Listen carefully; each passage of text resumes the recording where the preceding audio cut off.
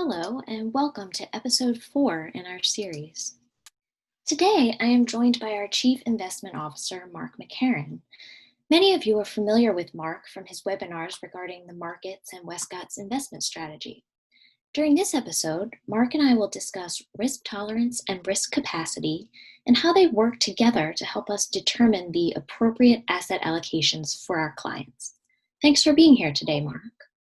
Thanks for having me. So, Mark, as you and I continue to see, in addition to different financial situations, each of our clients also bring to the table varying character traits, past experiences with money and investing, and current outlooks on markets and the world in general, all of which culminate in a unique perspective when it comes to risk and asset allocation. So let's get some of the technical stuff out of the way. Mark, can you describe for us the difference between risk tolerance and risk capacity? Yeah, sure, Susan. Many are familiar with the term risk tolerance, which is the amount of risk that a person feels comfortable taking or tolerating, and the degree of uncertainty he or she is able to handle. Many will find that their risk tolerance varies as they grow older, as income increases or decreases, and as they aspire to and meet various financial goals. So we'll address risk tolerance a little later in the episode. In terms of risk capacity, that's a term that may be less familiar to some. It is the amount of risk that you must take in order to reach your financial goals. It is the rate of return necessary to reach your goals based on your time frame and your available income and financial resources. Thanks, Mark. I'm glad you made that differentiation. In our last episode, we reviewed cash flow projections, and something important that we touched on that I'll remind everyone of with this slide is the net cash flow column. This is something we look at to understand someone's risk capacity. If the column is negative, we understand how much a client needs to draw from the portfolio in order to meet their expenses. If this column is positive, we know that the client does not need to rely on the portfolio for income, and so does not need to take as much risk because the assets don't need to grow as much. When we know how much a client needs, we can begin to understand the amount of risk the client must take to enable that level of consumption. Another important analysis is not only the amount of money you can appropriately take from your investment portfolio, but also determining which account or combination of accounts the funds should come from. If you need a certain level of funding from your portfolio, your Wescott advisor will carefully analyze the most advantageous way to do so from both an investment and tax perspective. You may recall from our net worth statement episode that we briefly touched on the importance of the ratio of your retirement assets versus non-retirement assets. Here's what I alluded to then. When pulling money from your taxable investments, we consider the tax implications on the sale of equities to make sure cash is available for your needs. Equities with long-term capital gains will be taxed at favorable capital gains tax rates, while equities held for less than 1 year will be taxed at a short-term capital gains rate, equivalent to your current income tax rate, which is typically much higher than your capital gains rate. We also consider the tax implications of distributing money from retirement accounts, highlighted here in blue. These funds are taxed at the time of distribution at current income tax rates. So if you're retired but haven't yet reached the age for required minimum distributions, currently 72, your income tax bracket might be low enough that it's advantageous for you to take distributions at this time. We can discuss this in more depth during our tax planning episode, but the main takeaway here is that when determining your asset allocation, we at Wescott consider how much liquidity you need in each of your accounts. Once we determine how much you need and where it's coming from, we also consider the amount of cash and short-term bonds needed to cover several years of living expenses.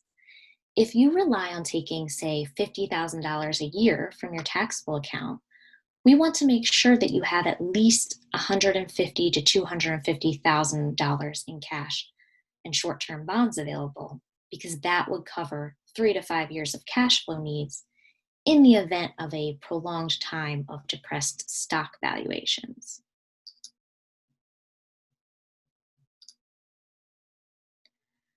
Until now, we have been focusing on risk capacity. As you mentioned earlier, Mark, in addition to risk capacity, we also need to consider a client's risk tolerance, or the level of comfort they have in investing in the markets. Mark and I and all of the Wescott advisors work to understand our clients' risk tolerance through the use of our risk profile questionnaire and through conversations about investing. Mark, why don't you share with us some of the factors that we review with clients to obtain a better understanding of their risk tolerance?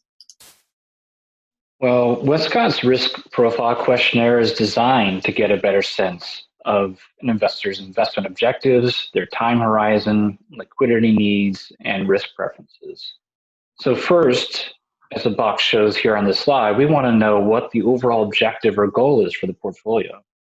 Is it to support the current lifestyle of the client, or to generate a modest return but protect against significant volatility? Or in some cases where the investor has a very long time horizon, is it to grow the assets more aggressively? So these goals have to be considered in the context of risk. We find that risk is a difficult concept to define. So through the questionnaire, we try to get a sense of what clients are most concerned about.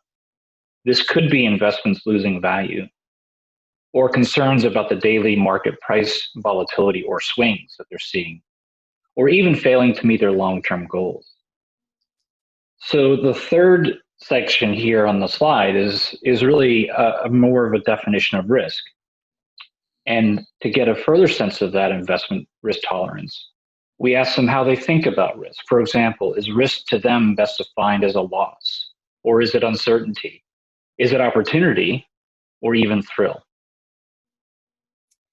Thanks for sharing that thought process with us, Mark. So, as you can all see, we at Wescott have these conversations with you to find out not only what level of risk you need to take to meet your goals, but also what level of risk you can take and still be able to sleep at night. Using our understanding of each client's risk tolerance and risk capacity, we determine the appropriate overall asset allocation of cash, bonds, equities, and in some instances, alternative investment portfolios, like private equity and hedge funds.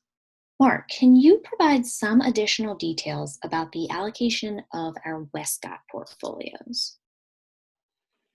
Yes. So Westcott has designed a range of portfolios that correspond to a client's stated investment objective, risk capacity, and risk tolerance.